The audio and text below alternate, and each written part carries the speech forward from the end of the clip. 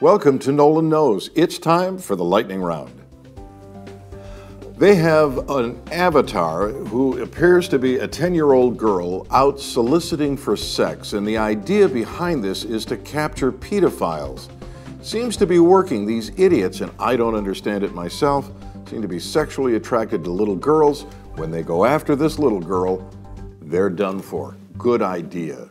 On the BBC, there's a story about an organic, genderless gingerbread cookie, and it's actually creating a debate. Instead of a gingerbread man, it's a genderless gingerbread cookie.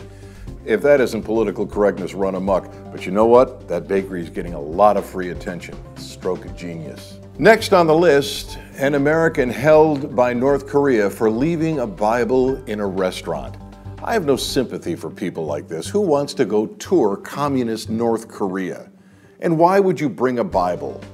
I mean, really, if you decide to do like some people did a few years ago, go hiking on the Iran-Iraq border and the Iranians pick you up, whatever happens to you, that's pretty much your fault. You deserve whatever you get. Stay away from North Korea. Don't bring Bibles in there, and you'll probably be doing just fine if you maybe take a tour of the south of France instead. Next on the list, a socialist group which has been pushing for a $20 an hour minimum wage doesn't want to pay $20 an hour for its own help. They actually put an ad up on Craigslist offering to pay way less than the $20 an hour minimum wage they're trying to advocate for hamburger flippers. You know what? At $20 an hour, you're going to make more than a private in the U.S. Army who will spend months overseas risking his ass to save your life. No, minimum wage, you want more than that? Get a job skill. Next on the list, people are now apparently faking Ebola to get faster medical treatment. Anybody that does this is lower than whale dung. I don't care what happens to them. Well, frankly, I do. I think they ought to get punished. I think there ought to be some kind of fee that they have to pay or some time in jail, or maybe they should have to treat a real Ebola patient. It's just a dirty trick. It's amazing what people will stoop to. Next on the list, plants know when they're being eaten, and they don't appreciate it. This is a story that comes right from the University of Missouri. Apparently, plants are aware when they're being eaten, and they secrete some chemicals to try to drive off the hungry consumer, whomever it may be. But you know what? I think this is a solution to the obesity problem. Because if we can't eat meat, lest we offend the vegans, and we can't eat vegetables because we offend the plant lovers, that'll leave us with nothing but air. We're sure to lose a ton of weight. It's time for the Squirrel of the Week. And the Squirrel of the Week really is, well, it's you and me. Because we watch reality shows. The latest brouhaha is over some porcine pile of poop who apparently has a baby named Boo Boo, and she is dating some boyfriend who's an ex-child molester. It's somehow just a part of a genre on television that I can't stand. We got housewives everywhere from Cleveland to Poughkeepsie, and we follow their lives as though somehow this makes a difference for us. It's not particularly entertaining, it's mind-numbing. We've got shows like this on saving restaurants and bars and car dealerships. And we do everything except, watching the girls' knitting circle every week. It's just not entertainment. We used to have real entertainment on television all the time. Maybe it's because we've got so many channels and so many hours to watch. But in the old days, when we had 3 or 4 TV stations, you had producers and writers and actors. You had some skill, you had plot, you had to write something that was entertaining. And if it wasn't entertaining in and of itself, there were shows that were informative. We saw Jacques Cousteau exploring the underworld. Instead, we get the underbelly of society in all of these reality shows. Perhaps the Squirrel of the Week is us because we watch these shows. That's why they produce them. They don't take much. There are no actors. There's no skill. It's just society's underbelly, and we watch them as they get in trouble and claw their way out of it, as they get arrested and thrown in jail. It takes an awful lot to get a show like this canceled. Apparently, getting married to a child molester is what it took for Honey Boo Boo. Let's start watching smarter television. Let's start looking at C-SPAN. Let's watch news channels. Let's look at Discovery. Let's forget about reality shows. It just drags us all down. All right, ladies and gentlemen, it is time for Missed in the Media. A new study reveals in those states where they have legalized marijuana that overdose and drug abuse from prescription drugs has gone down. Interestingly, in addition to that, they've found that alcohol-related deaths on the highway have gone down. You know, I, as a libertarian, have been arguing for decades now that we ought to legalize drugs. It's your body. I don't care what you put into it. It's your life. You can risk it any old way you choose. I frankly don't see much harm in marijuana. I don't know anybody ever smoked a joint and went home and kicked the dog and beat up his wife, but I know a lot of people who went out and drank a six-pack and did that. I think we're a lot safer if people smoke marijuana.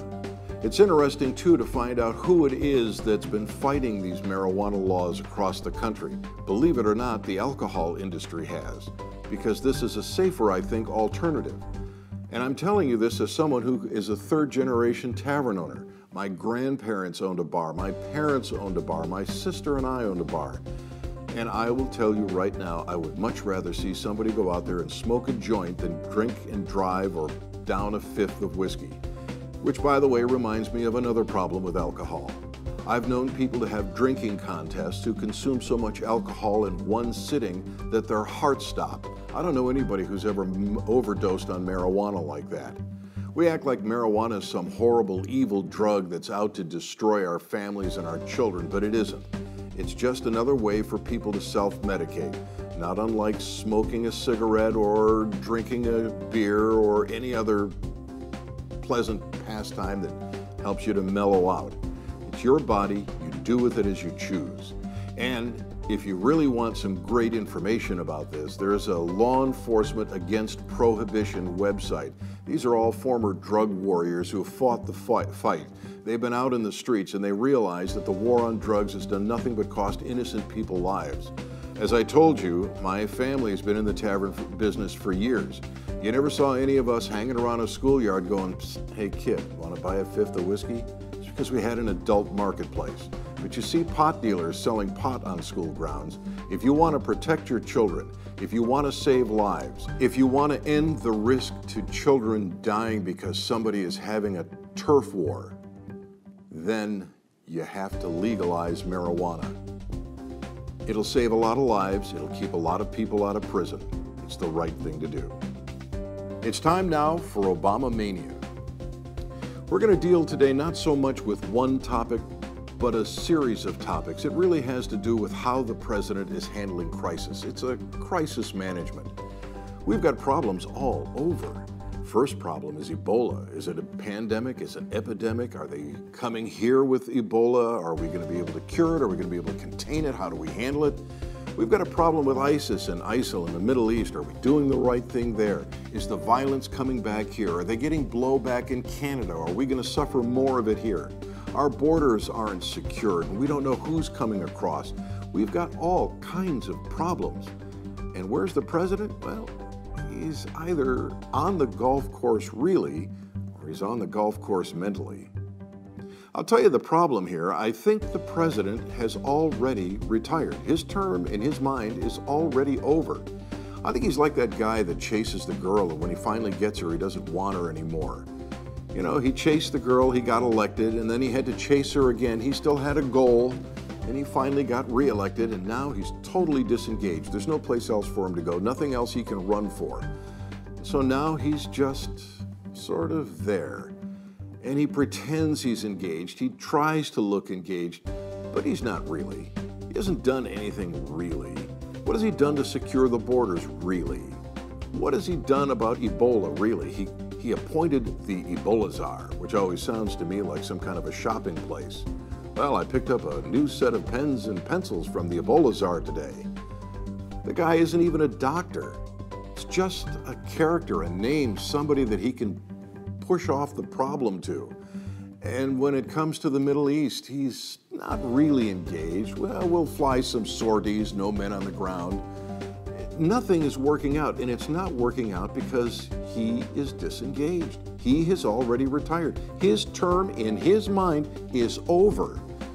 I never thought President Obama displayed great leadership to begin with. But now he's displaying no leadership at all. The country is literally rudderless because he has already retired.